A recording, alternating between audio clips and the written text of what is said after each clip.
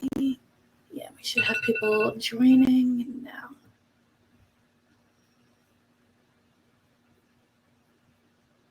Yes, we got people coming in. All right. Hello, everybody. As people are trickling in, welcome to the last day of my dreaming. My name is Jordan Jaffer. I'm going to be the moderator for this final session of the conference. Before we get started, I know you've heard all the housekeeping items multiple times already, but just a reminder, these sessions will be recorded. And please use the Q&A tab if you have any questions for Vicki. Both her and I will be monitoring it throughout the entire session. And then please use chat as you see fit. But to give Vicki all the time that we have, let's get her going to talk about bringing an architect mindset to your marketing tools. Thanks, Jordan. Hi, everybody. I'm happy to be here for a second session from our dreaming. I might have seen some of you yesterday talking about Marketing Cloud and our different keys. And I'm really excited to be talking about bringing an architect mindset to your marketing tools. So just a little bit about me. For those of you who I haven't met before, I'm a certified instructor with Trailhead. I deliver core classes, Flow and coding, Apex, all of that fun stuff. And then also my background lies in the marketing side. So I've taught Marketing Cloud and account engagement when it used to be Pardot before. And have gone down the architect path myself and just love bringing the architect mindset to our marketing tools. So I was really excited to be able to bring this session to all of you. It's a topic that usually I end up talking about in almost every class I deliver. So just bringing it all together. And I am based in France. So I'm originally from the US, but I've been here for 13 years, mom of 3. They keep me plenty busy. And I'd like to take a moment before we get into the fun stuff and start to talk about our content to thank all of our sponsors, because without the organizations that you see here on the slide, we wouldn't be able to have events like this. So take a moment, check out their stuff. They've got the different areas where you can go chat to people. And there's some really great app exchange products, partners, all kinds of things here. So the agenda for today, I'm going to be talking about the well-architected framework. And I know that's not something that we always talk about in the marketing space. So I just want us to get our foundations underneath of us before we go forward and see what the well-architected framework is and how it can apply to every single product within the Salesforce space, whether you're on Marketing Cloud, whether you're on account engagement. I know we've been talking about Data Cloud, all kinds of stuff that we're working with here, personalization, whatever it is.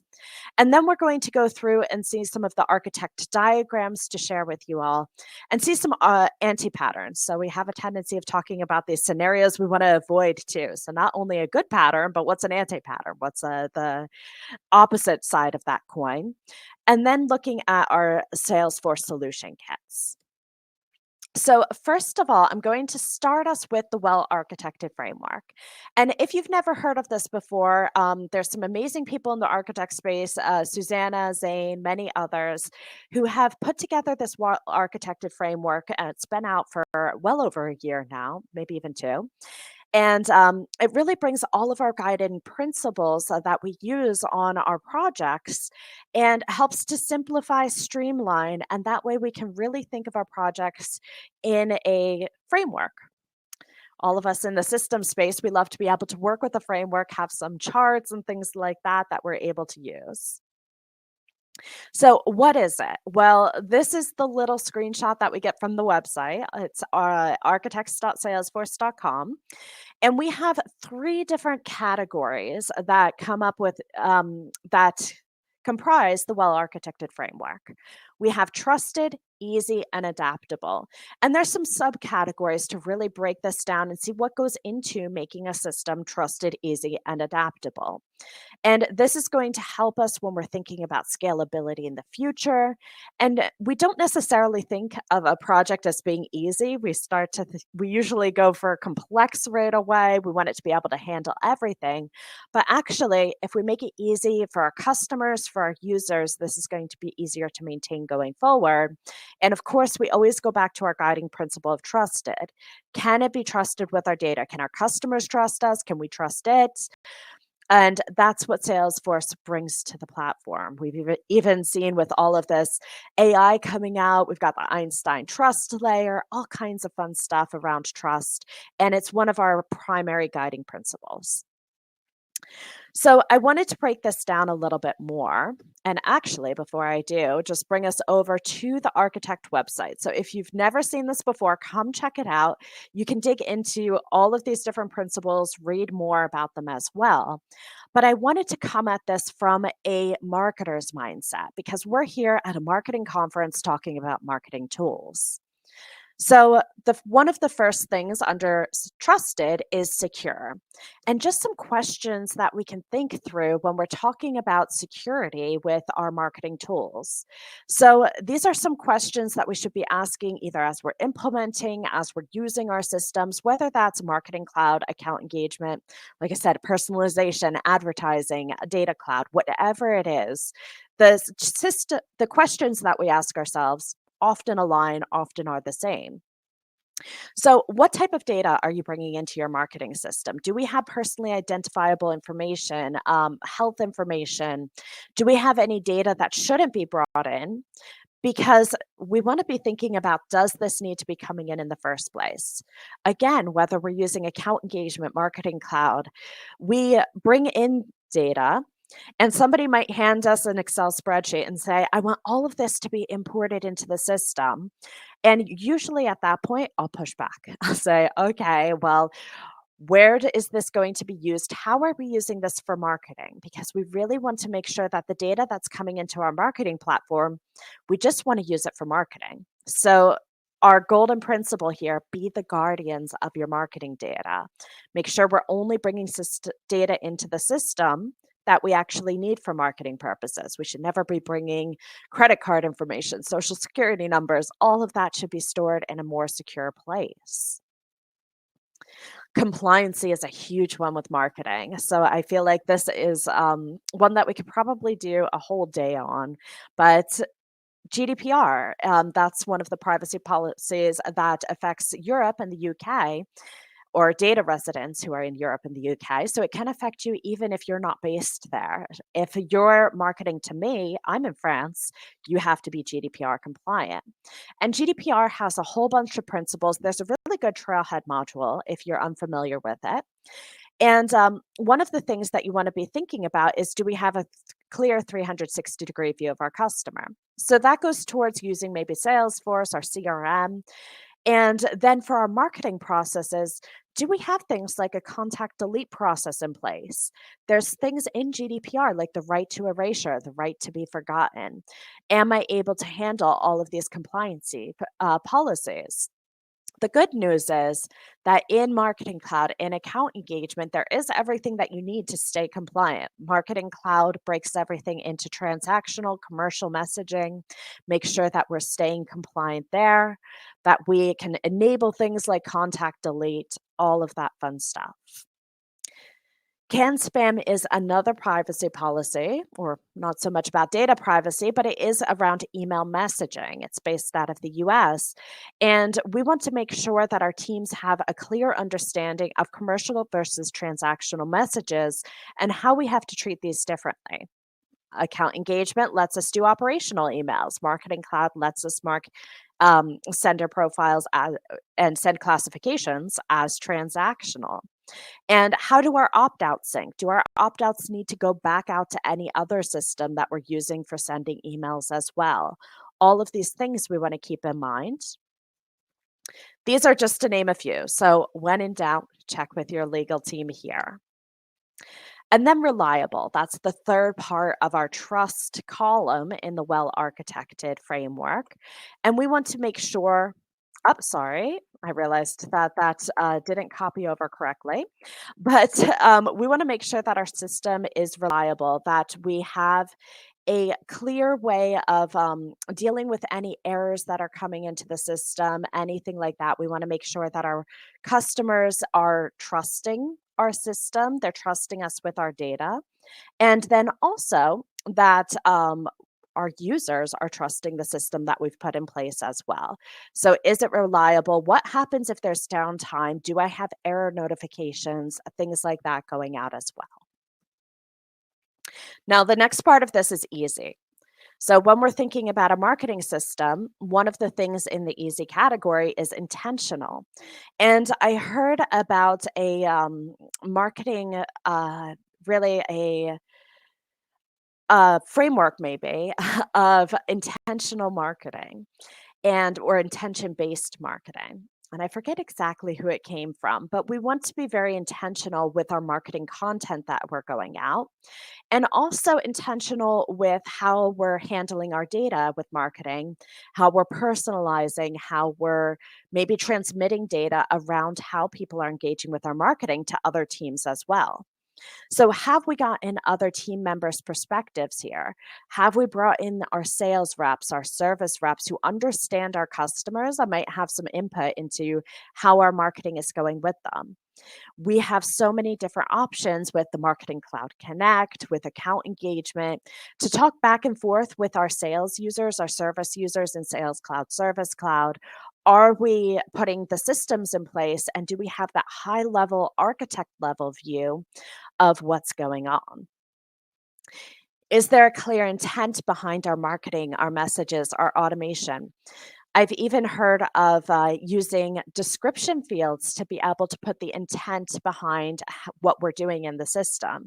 And that's a great way of using our description fields to make sure we're not getting ourselves into technical debt, that onboarding is easier, and even that our future selves know what it is that we put in place, and that there's always an intention behind what we're doing. We're not just sending out messages for the sake of it.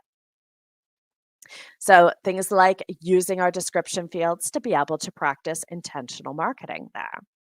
And then automated. So, that's our other point underneath. And automated just has this duh moment. We're marketing automation tools. Of course, we're automating everything. So, we want to also think about processes as well. So, we usually automate the customer journey, all of those email messages coming out. We might be using Journey Builder.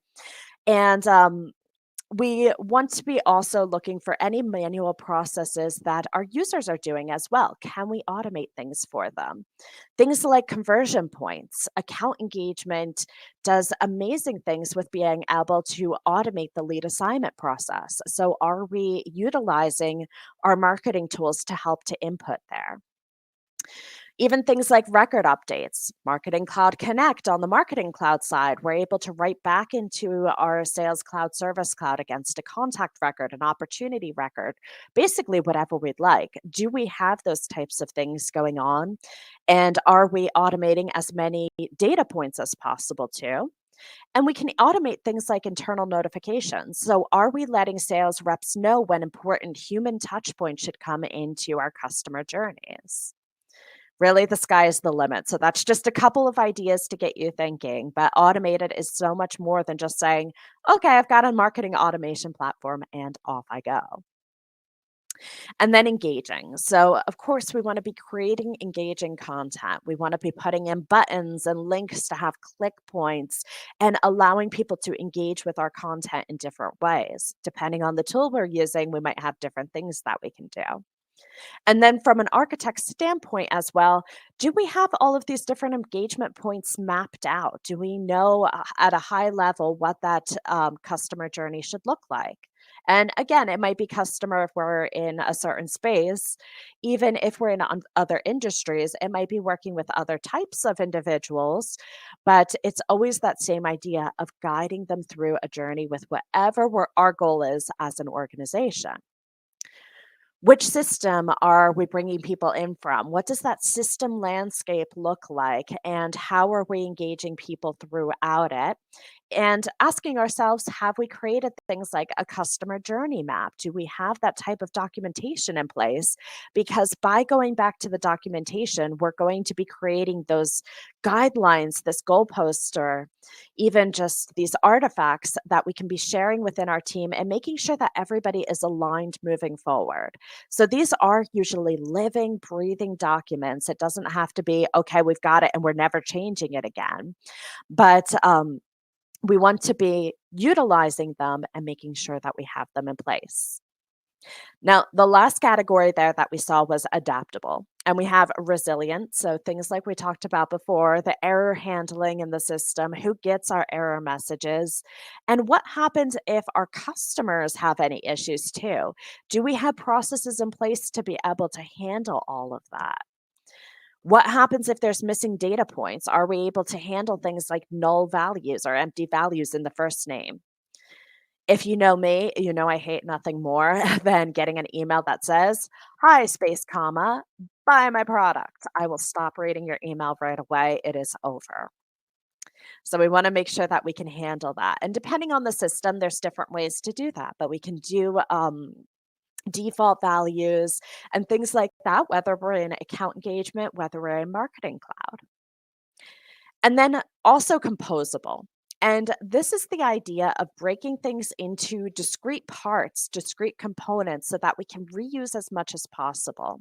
And a lot of times when I'm talking about marketing tools, I always say, I don't like admin tasks. I don't like reinventing the wheel. Let's use what we've got and make it as reusable as possible.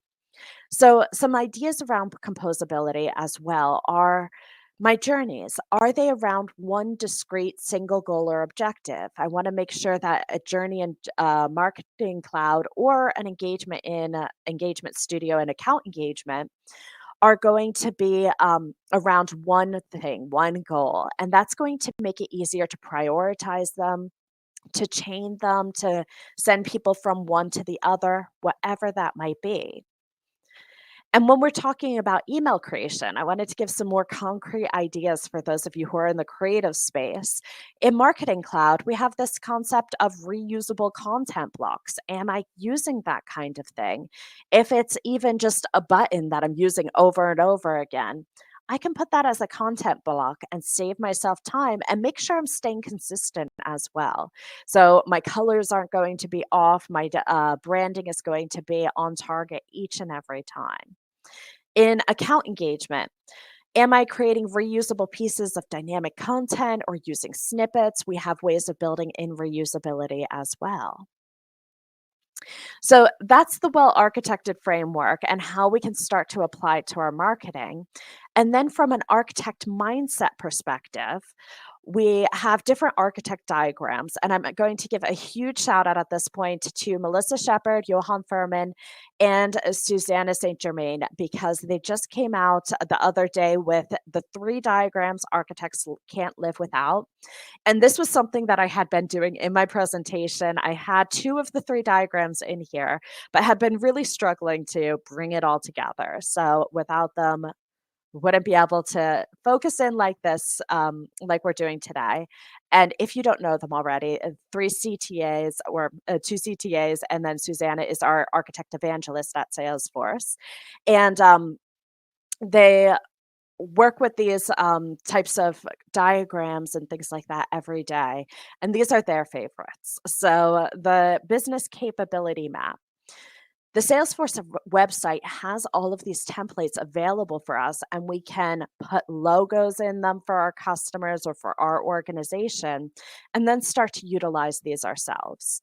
So, something like a business capability map, brings us back to our objectives, our goals, our business drivers, so that we know what we're working towards and we know what we want our marketing teams to be aligning with. And then we can see how our marketing tools fit into these business capabilities. So you can see that this is a level 1 diagram. We can keep going down. There's level 2, level 3, and it goes as far down as level 4. And we can keep drilling down and getting more detailed on discrete processes. A user journey map. So I loved this one. This is one that Susanna had just put together recently. And it breaks it down into awareness, decision, and purchase, which, hey, looks a lot like our sales funnel that we use with our marketing and sales teams. We want to be building up awareness so that our customers get towards making a decision and making that purchase, we hope. And we can bring this down and say that we're breaking it into our user actions, the various touch points that our customers are going to be having with us, the emotions that they're feeling at that point too, their pain points and the solutions. And this is going to help us to align our content to really our objectives as a business. And then our system landscape. So this is the one I had already mentioned before as well, talking about data flowing back and forth from systems. Do we know where all of our marketing data is coming from? And do we know what we need to feed back into other systems as well? What kind of analytics do we need? Do we need to be updating data in other systems going through the Marketing Cloud connector, updating contact lead records, whether we're working with account engagement or Marketing Cloud? And this is going to become an even bigger topic of conversation as we start to shift towards using Data Cloud as well. So we can even see Data Cloud is stronger, I would say, than the CDP product that we had before. But we can see that that is in here, and marketing falls into this as well. So do we have this system landscape to align marketing with the other teams that are using our platforms? So those are hopefully some tools that you'll be able to take away, use yourselves. I have resources in here with links at the end, so don't worry, you'll get all of those as well. And I wanted to talk through a couple of scenarios so that you have these very concrete things that you can walk away with. So first of all, we've said that we want to know where marketing fits into the system or solution landscape. So there are solution diagrams as well. We'll see a few places to go to get some of those and work with them. But do we know the data that we need for marketing? Where is it coming from? What do we need to be syncing back and forth? What are our goals and KPIs that we're going to be working towards? That way we can align ourselves. And those of us who have worked in Marketing Cloud before probably know, and this is my topic of conversation for my session yesterday, around keys and our contact key. So an anti-pattern that we have is maybe that a customer is coming into Marketing Cloud, filling out a smart capture form on a cloud page, subscribing to email communications. Well, that sounds great for us when we're starting to use Marketing Cloud. We're driving people to sign up, we're generating new leads, except if we're using the Salesforce CRM and the Marketing Cloud connector, we can get ourselves into trouble. So I put a little bit more detail down here. But in the cloud page, people are coming into a data extension in Marketing Cloud. If we're using that to send it through a journey with 3 different emails, they're going to become a subscriber with a subscriber key. And all we have as a unique identifier there is the email address. That'll become the contact key. Then we sync them into Salesforce through that journey as well. And they come back through a synchronized data extension with a contact key of either the lead or contact record ID. So we start to get ourselves into trouble with 2 billable contacts, no consistency in messaging, analytics, any of it. So it's situations like these where having that system landscape to come back to and say, okay, well, what is my key management? How am I managing these unique identifiers? And again, as we come into Data Cloud too, we're going to be identifying all of those unique identifiers from our various platforms to be able to create this idea of a unified profile. So no matter what tool that we're using in the system, we want to make sure that we're staying very clear about what identifies somebody as unique. How are we identifying them for sending our messages? And are we going to be digging ourselves into any holes here? So I grabbed this up from my presentation yesterday, actually. So for those of you who are here for a second time, sorry. But this is an example of something that could solve that problem if we just switch over to a web to lead form and have that data, the lead coming into Sales Cloud first, and then going into Marketing Cloud and receiving all of these communications. So we want to have these high-level diagrams that are going to help us to make these key decisions as we're working with our marketing solutions. Also, knowing where marketing fits into the customer journey, what are our campaign goals and strategies, all of these different touch points that we've been mentioning. What happens if what kind of triggered communications, automated messages do we have going out to our customers? So here I have an example that I've actually seen myself of a account engagement. So I wanted to do one account engagement, one marketing cloud. But account engagement, if somebody fills out a form that we have on an account engagement landing page, and maybe they're at an event with us, they're at Dreamforce, and they come up to our stand and they fill out the form on a tablet at our stand. What happens after the back of that interaction? And if we have this type of documentation, if we're making our diagrams, if we're plotting everything out and doing all of this process mapping, then we'll be able to have a better understanding of this. What I've seen happening before is we'll stick a completion action off the back of that form that says, here's an autoresponder email with some communication. And then we'll also, in that same completion action, add them to a list that feeds into an engagement program. So pretty awesome so far, right? Well, in that engagement program, we may send an email right away as well, which means that they're getting 2 emails right away as soon as they have that touch point. Well, because it's happening in different places in the system, that's actually really hard to see. So that's where it comes back to these conversations that we need to be having as a team, and having this documentation, having these type of architect artifacts is really going to help us moving forward to make sure that we're avoiding any of those. And I know I've had this happen to myself where I attend a webinar online or maybe go to something in person and then get those double emails afterwards. So then somebody's going, okay, I'm getting 2 notifications, my phone is buzzing at the event, or when I get back and look at my inbox, I'm seeing already 2 emails sitting here. What did I get myself into? So really making sure that we're respecting our customers there. So I know we're getting towards the end of time here. I'll just go into our Salesforce solution kits and the Customer 360 guide and just basically show you that they're here. Because when I was studying for the B2B solution architect exam, all of this stuff was there and I never had seen it. I had never seen it myself before. So I like to share it with other people. It's things like this retail storefront solution architecture. This looks like an awesome starting point. All of these are templates that you can use yourselves. You download it, you make a copy of it. There's things in Lucidchart. You can put it in a PowerPoint on Google Slides, whatever you'd like, and then you can make them your own. So you've got this starting point, and you don't need to become a diagramming expert to make these really, really awesome looking diagrams here. And we even have things like solution kits. Salesforce has put together some common solution kits that if you're looking for an abandoned cart solution, hey, there's a solution kit for that. And this is what it looks like if you're using Commerce Cloud with Marketing Cloud. So you can see based off of the products you've already purchased, or if you're looking to purchase others to fit your use case, this is a really good starting point. And even if you're already working on a platform, you might be able to get some good ideas about some common use cases that Salesforce has seen with their customers.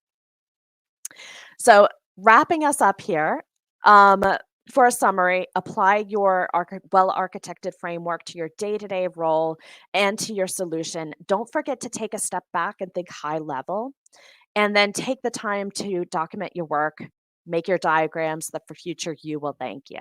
So here's all of the resources, and just a big thank you for everybody here. You've got my information. If you have questions later on, I'd love staying in touch. And yeah, I'm seeing a couple things in the chat, like the technical debt as well, the second time this week. That's because it's important. So when we start to sound like broken records with all of us presenters, it's usually because it's important. Well, I'm looking in the Q&A and I don't see anything. Yeah, going back to the resources, absolutely. And I think all of this will be coming back as a recording later on too. So you'll be able to pause and grab all of this here if you'd like.